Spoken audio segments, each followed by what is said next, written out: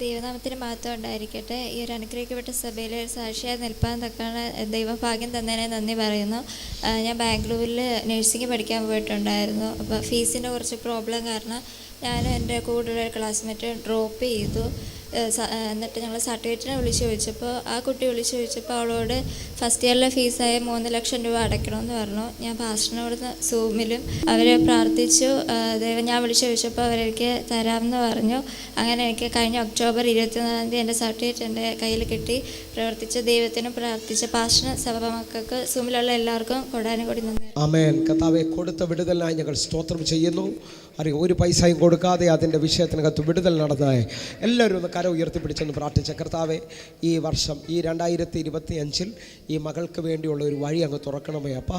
ഈ 72 മണിക്കൂറിൻ്റെ അവസാനം ഞങ്ങളതിനെ ഉറപ്പിക്കുന്നു. സ്വർഗം അത് തുറന്നതിനായി നന്ദി. ആമേൻ, ആമേൻ.